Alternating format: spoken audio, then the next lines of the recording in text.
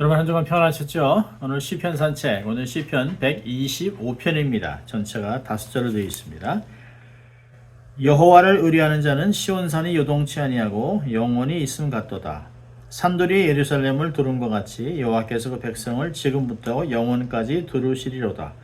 악인의 권세가 의인의 업에 미치지 못하리니 이는 의인으로 죄악에 손을 대지 않게 함이로다.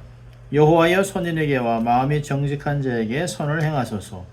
자기의 굽은 길로 치우치는 자를 여호와께서 죄악을 짓는 자와 함께 다니게 하시리로다. 이스라엘에게는 평강이 있을지어다. 아멘.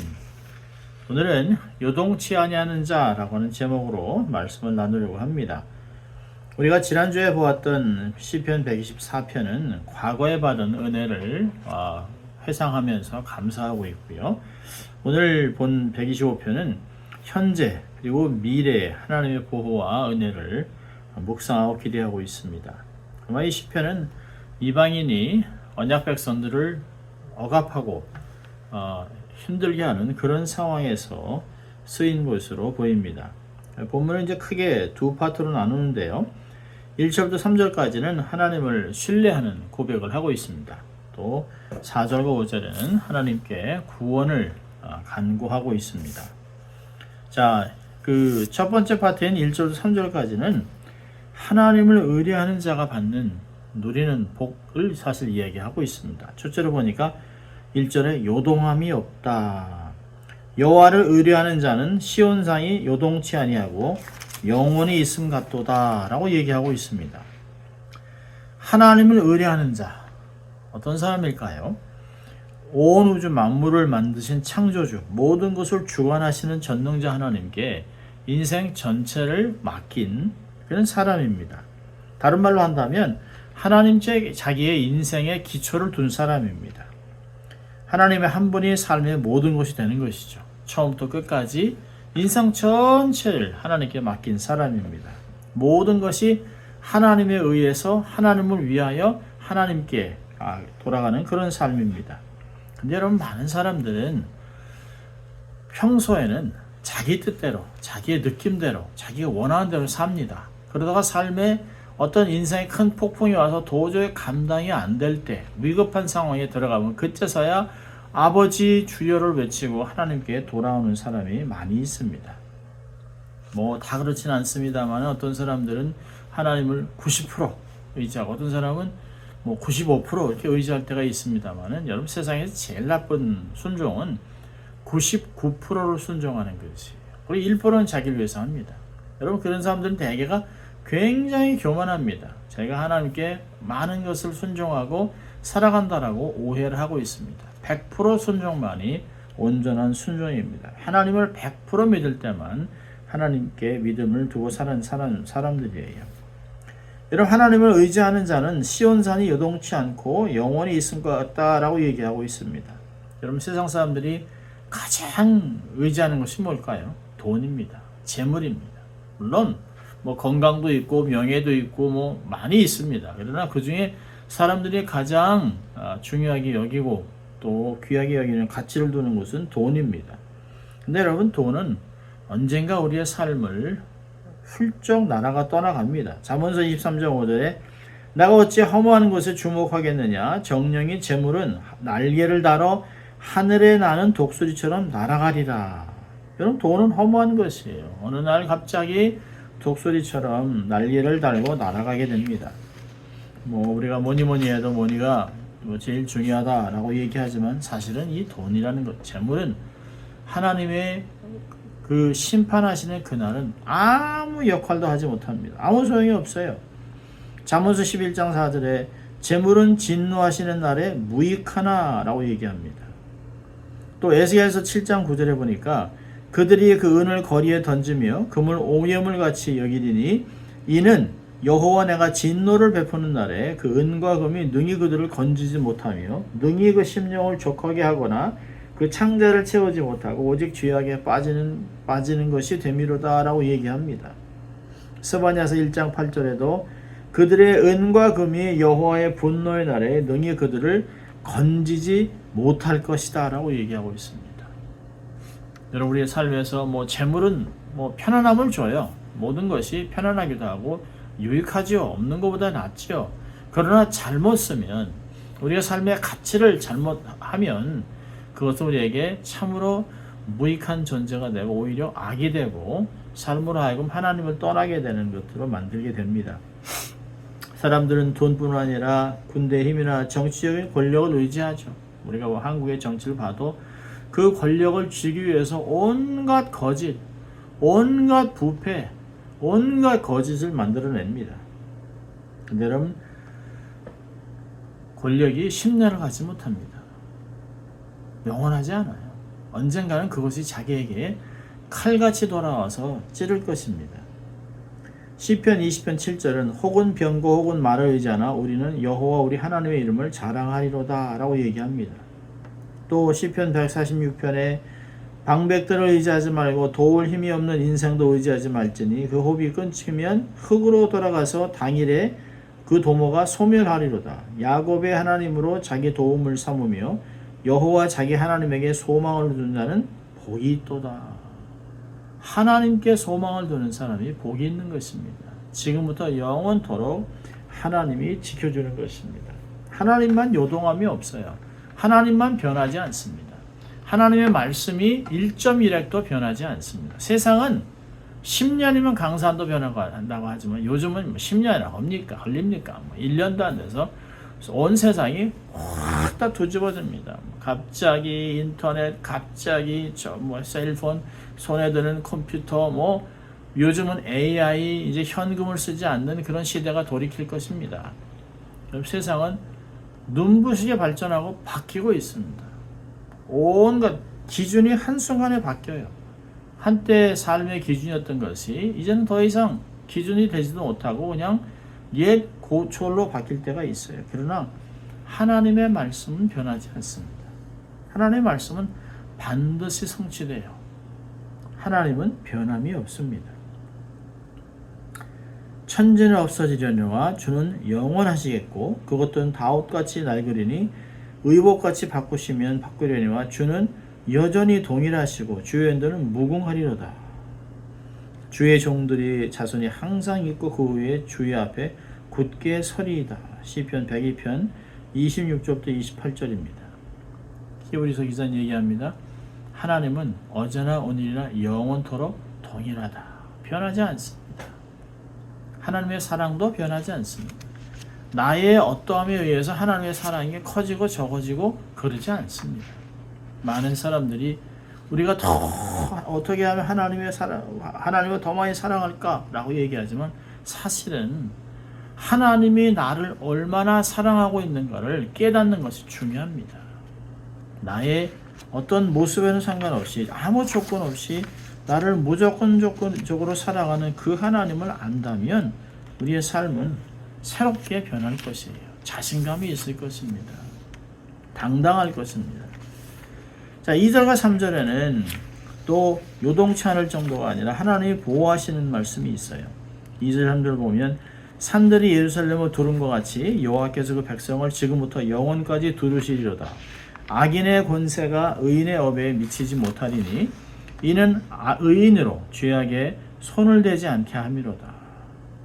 하나님께서 이게 둘러싸셔서 하나님께서 보호하신다고 얘기하고 있습니다. 예루살렘은 북쪽으로는 높은 고원지대가 있고요. 동서남북에는 큰 산으로 둘러싸여 있습니다.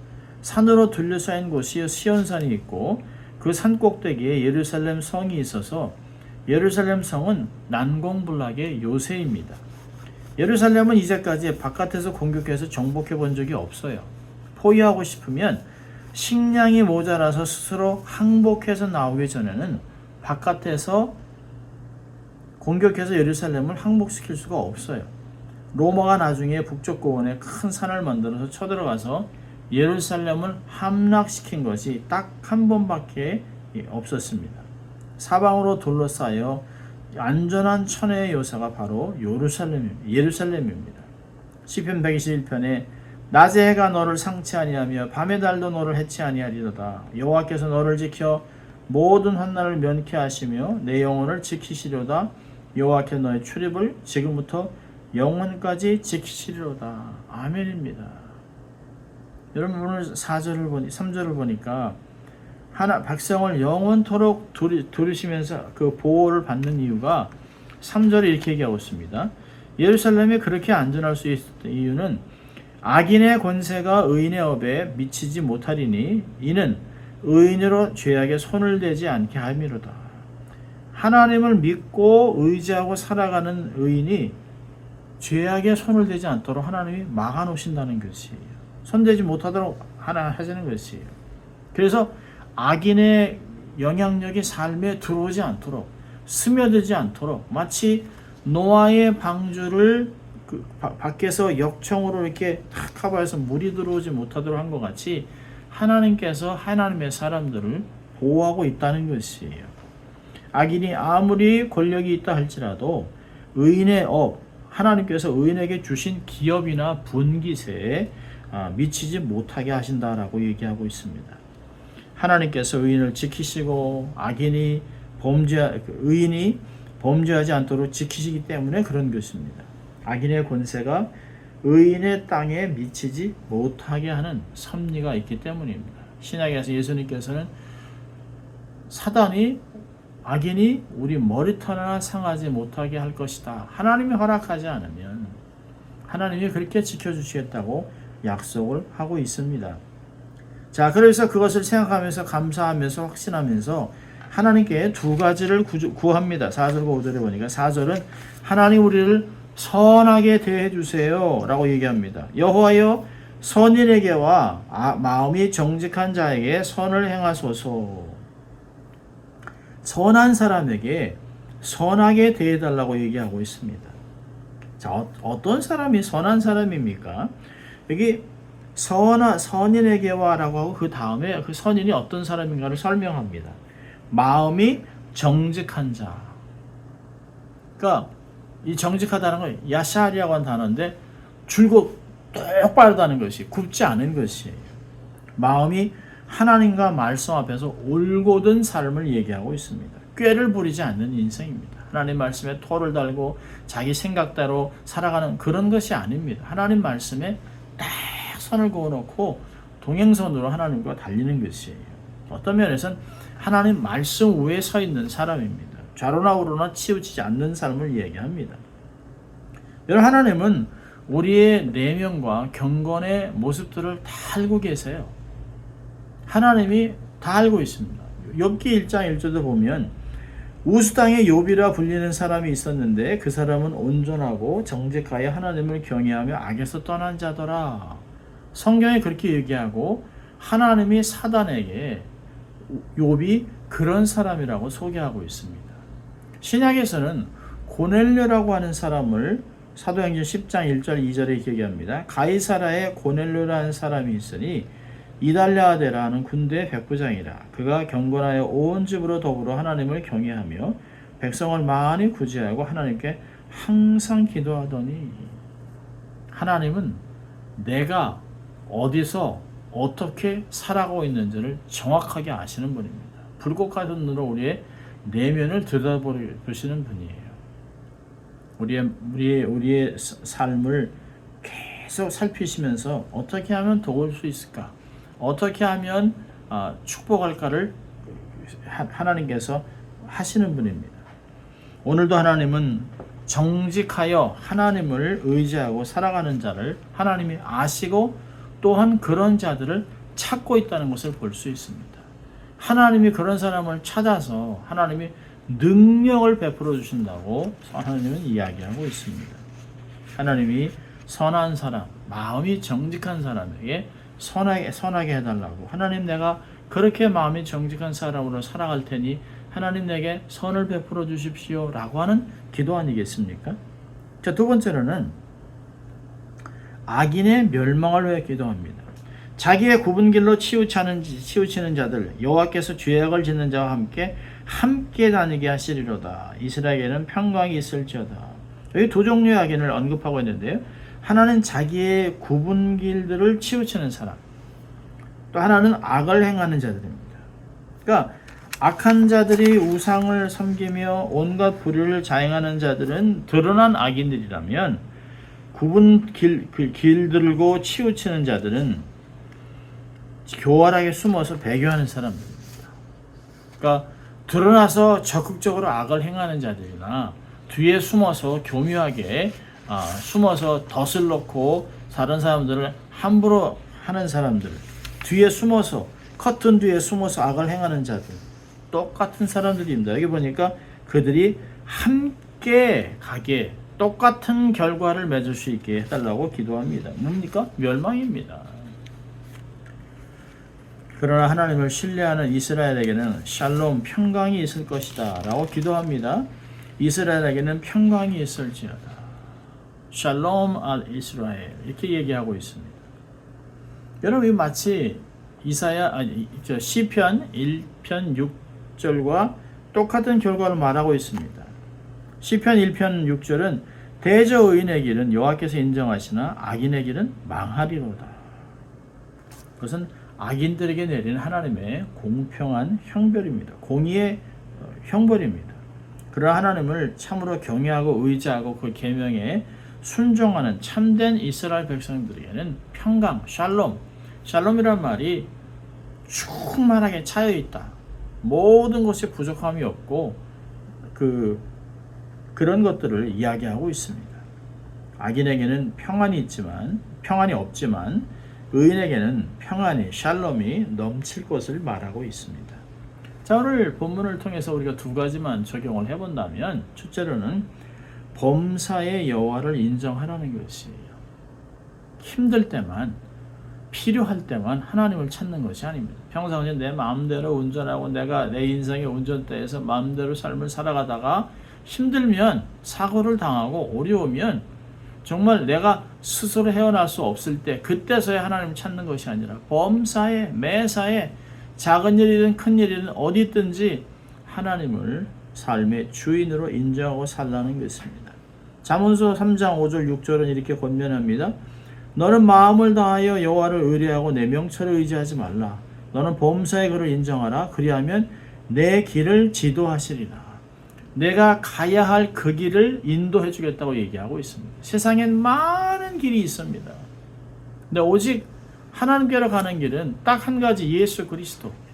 세상에 얼마나 많은 결정을 하고 살아야 합니까? 하루에도 수십 가지를 결정하며 살아갑니다. 잘못 결정하면 사고도 날 수 있고, 잘못 결정하면 망할 수도 있고, 잘못 결정하면 삶에 낭패를 당할 수도 있어요. 근데 내 스스로 내 명철을 의지하지 않고 범사에 하나님이 내 삶의 주인하고 인정하면 하나님께서 내가 반드시 가야 할 그 길로 하나님이 인도해 주겠다라고 이야기하고 있습니다. 얼마나 놀랍습니까? 그렇다면 하나님의 뜻과 하나님의 말씀 앞에 내 생각, 내 의지, 내 경험을 과감하게 내려놓는 것이에요. 꺾어버리는 것입니다. 오직 하나님의 말씀만이 내 삶에서 세워질 수 있도록 그렇게 의지하고 살아가는 것이에요.